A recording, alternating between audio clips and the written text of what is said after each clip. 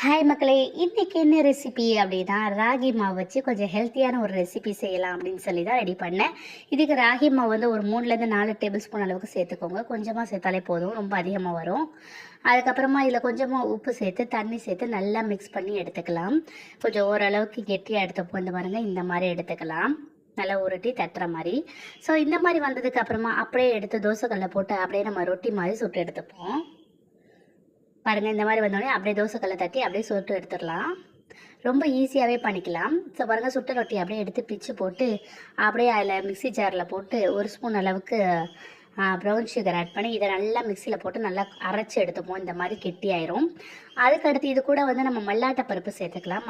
மல்லாட்டை பருப்புனா அந்த கடலைப்பருப்பு வறுத்தது. இது சேர்த்துக்கிட்டோம் அப்படின்னா இன்னும் நல்லாயிருக்கும் டேஸ்ட்டுக்காக. இதையும் சேர்த்து நல்லா அரைச்சாச்சு. ஒரு ஸ்வீட்னஸ்க்காக நான் கொஞ்சமாக பேரிச்சம்பழம் சேர்த்துருக்கேன். ஒரு 4-5 பேரிச்சம்பழம் சீடில்